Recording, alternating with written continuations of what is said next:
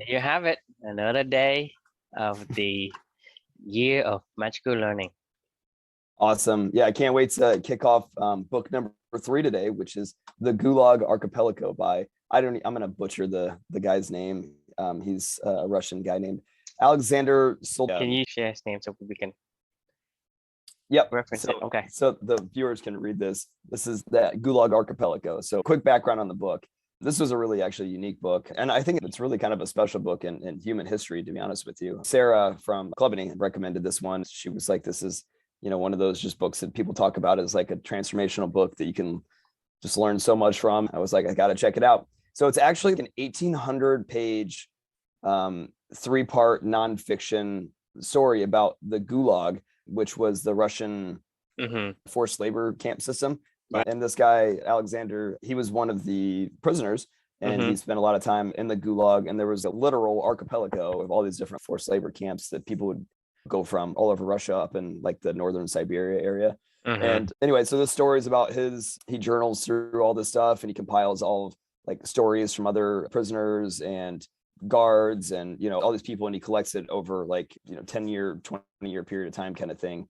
And then he has the courage to write it in the communist state, which was very, very highly frowned upon at that time. He just wanted to tell his story of what was really going on within the communist state and how it had turned from such a beautiful idea into that, which was they were torturing people and killing people of their own people. That was a pretty crazy story. So the reason why I personally was interested in this story, it kind of goes back to my own book, I Can't Imagine, and about the story of Amelia, and about, wanting to explore stories from the other side of the human spectrum of pain and suffering. And there's just so many lessons that can be learned, sadly, from really traumatic and painful events. And, it's hard to read it. Nobody wants to sit through an 1,800 page book about a bunch of atrocities committed to people. Like, I did not enjoy this book at all. Like, I mean, it was not fun to read. And honestly, like, I don't ever want to read it ever again, kind of thing. I read it for that particular reason, because I really wanted to explore some of the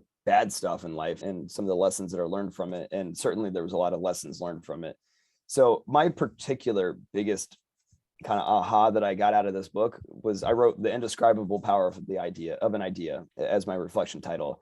And it was the fact that the communist state, they took something that was supposed to be equality for all and all this great stuff about helping each other and sharing and all this seemingly good stuff, somehow tragically morphed into imprisoning your own people, constant police state, everybody telling on each other, being constantly interrogated, making people feel like just lesser than human beings, and it was your own people. It was the people that believed in the same idea as you. And it just kind of blows my mind, that indescribable power of an idea sometimes, where once you get it in your head, this is how it can morph to, and you don't even understand how you got here. If you just zoomed out from the whole Russian experiment and the whole Gulag in general, you would go, what the hell are we doing here? That's what I hear when I read this book, see it. If I was coming at it from an outsider's perspective, I'm like, what are you guys doing to your own people? These are your people. You guys believe in the same thing. And somehow that idea was morphed and taken into this whole nother direction. My final summary of the book was,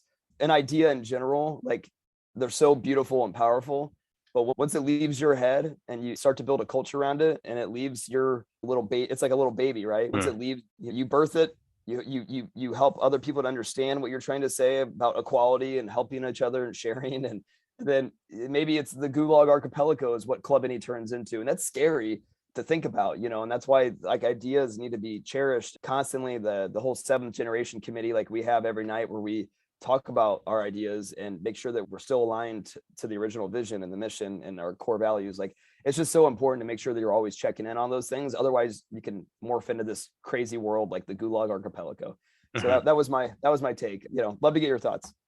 So what I'm hearing is that in this sense, beauty is only skin deep.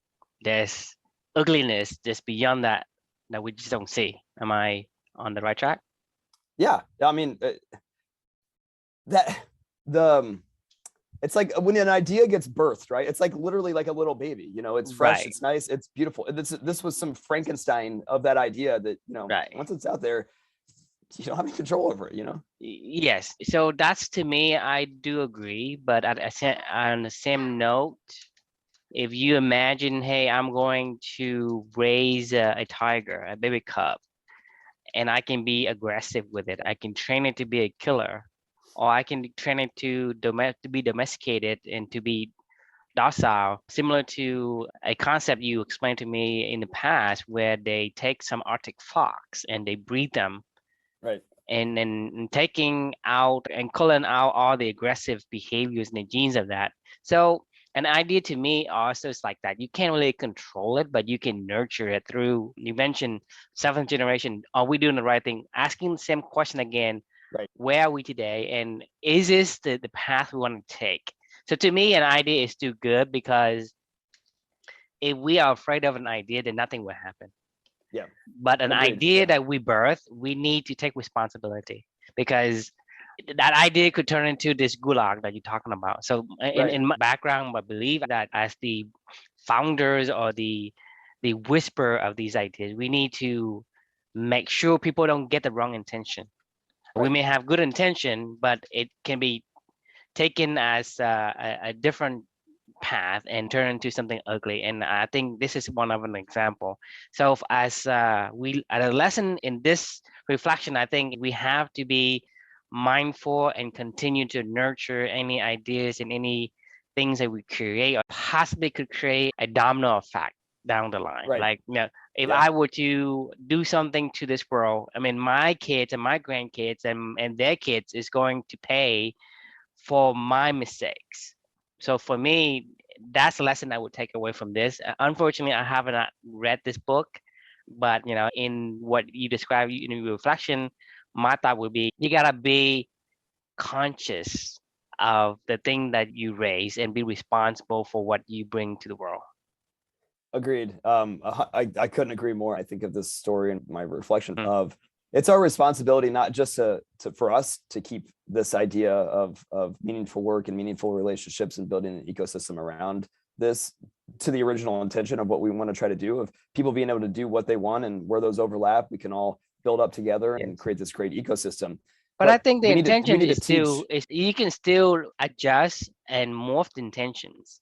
You just have to watch it where it doesn't turn into something bad. It could turn into something more beautiful than we originally had thought about. Yeah, no, I guess what I was going with that thought though was we need to do a really good job for ourselves of remembering to teach other people through conversations like this, through the year of magical learning of what is this really all about? You know, like 1,000 years later, think of the Catholic Church or something like that. The people that started these things, I mean, they wrote the Bible. That's literally what the Bible is, a guide in a way for others to carry the flag on, where they understand the origins, the core values, the mission. You know, what's this all about? It's about living a balanced existence and finding meaningful work and meaningful relationships, and always remembering, like, if this somehow turns into Clubbany and we're profit money grubby, and it becomes like the normal corporation that we are trying to be counterculture against, then somewhere we did something wrong where we didn't teach the right way. And that's kind of what I really take away from this. You got to really, it's treat it like a child. I mean, you got to nurture it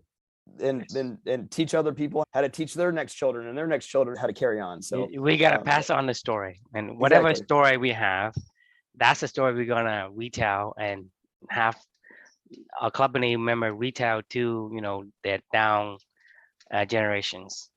Exactly. Yeah, I couldn't agree more. So I think that, well, actually, I'm going to start a new tradition here. Any book that you haven't read, I'm going to ask you, you know, is this one you want to read or not?